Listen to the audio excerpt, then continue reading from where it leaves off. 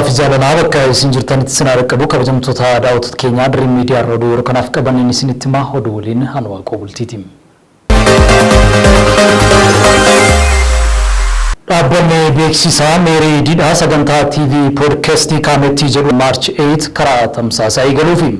Kaametti Podcast dhaabbata beeksisaa Meerii Didhaatiin qophaa'ee kan dhiyaatu yoo ta'u karaa tamsaasa TV OBN fi YouTube Kaametti Podcast qilleensarra kan ooludha. Yaadni jalqabbii hojii kanaa waggoota kan lakkoofse yoo ta'e bara 2017 gara jalqabaarraa eegaluun qophii isaa xumuramuun yeroo ammaa kana qilleensatti ba'uuf OBN waliin waliigaltee mallatteesseera. Moggaasni maqaa Kaametti jedhu moggaasa maqibsa ciminaa miidhaginaa fi bareedinaa hojii mana keessaa Oromoo durii kan ibsu yoo ta'u yeroo ammaa kana immoo namoota hojii isaaniitti cichoo ta'an kan mana isaanii bareechatan alaa mana isaanii tolfatan kan muuxannoo qoodan kan waan isaan harkaan qaban miidhaguuf bareeduu godhachuun dameewwan hojii garaagaraaf dhimma itti ba'uuf maqaa beekumsa ganamaa Oromoon kun dhimma itti ba'ame. Kaametti Podcast sagantaa TV qabiyyee hunda galeessa of keessaa qabu ta'ee dhimmoota aadaa, seenaa, hawaasummaa, aartii, xiinsammuu, diinagdee fi teknooloojii irratti qindoominaan kan hojjetudha. Qabiyyeen sagantaa kanaa irra jireessaan dhimmoota hunda irratti dhimmoota jireenya namaa jijjiiran qalbii namaa ijaaran kallattii borii daandii sirriin dhaloota kan agarsiisan kan abdii namatti horan seenaa jireenya milkaa'otaa fi warra daandiirra jiran jajjabeessuu fi dhaloota hundatti daandii guddinaa fi milkaa'inaa agarsiisuudha.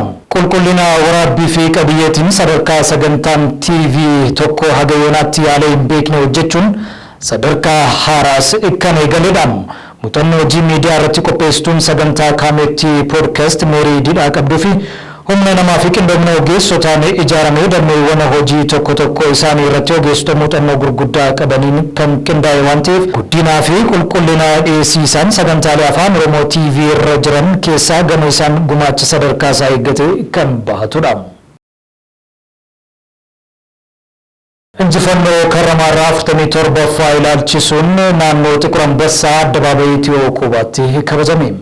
Sirna kabajaa ayyaanichaa irratti hooggantoonni olaanoo mootummaa dabalatee gootonni ogeeyyiin aartii fi keessummoonni adda garaa argamaniiru. Guraandhala 26 bara 1970 kan galmaa'e injifannoon Karramarraa lammiileen Itoophiyaas kabajaa fi birmadummaa biyya isaaniif qaban dirree waraanaa kana irratti irra deebiin mirkaneessaniiru.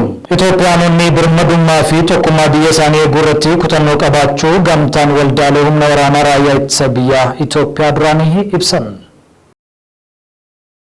Hojiin walhubannoo uumuu fi fayyadamummaa uummataa mirkaneessuun odeeffannoo bu'uuressuun hojjetamee milkaa'aadha jedhan hoogganaan Biiroo Kominikeeshinii Oromiyaa Obbo Haayiluu Addunyaa.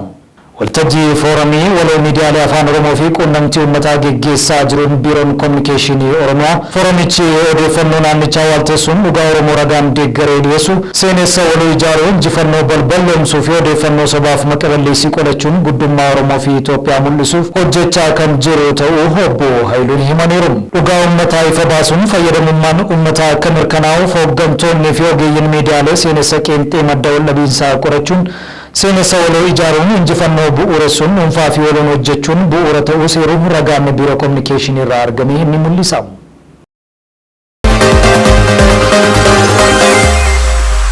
Oduu biyya alaanaa addunyaa fooyyooftee uumuuf tumsa biyyoota waliin qabdu kan cimsitu ta'uu Chaayinaan beeksisti.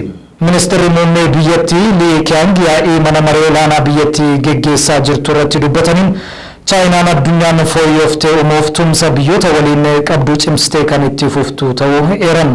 Biyyattiin sirna fooyyee qabu uumuu fi fayyadamummaa hunda mirkaneessuuf akka hojjettu eeruun sirni addunyaa sirna qeenxeerraa gara sirna danuun durfamutti ce'uu akka qabus hubachiisaniiru.